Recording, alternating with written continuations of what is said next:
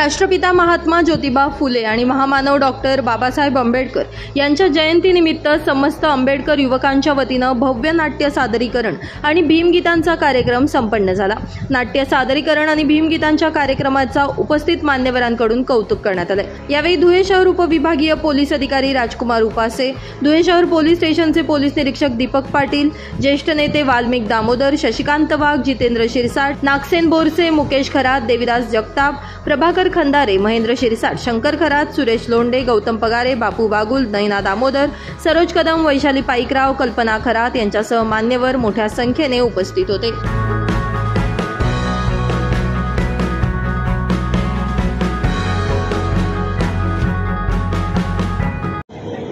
इसलिए इस पापी की पाप की सजा से इस पूरे गांव को मुक्त कराने के लिए शूद्रल की जान लेने वाले हमारे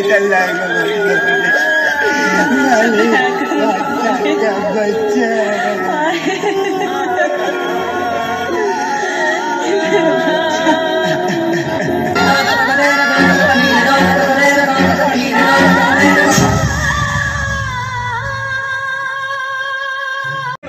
गांव में अकाल पड़ेगा, सूखा पड़ेगा, महामारी फैलेगी, गांव वाले त्राही त्राही करेंगे।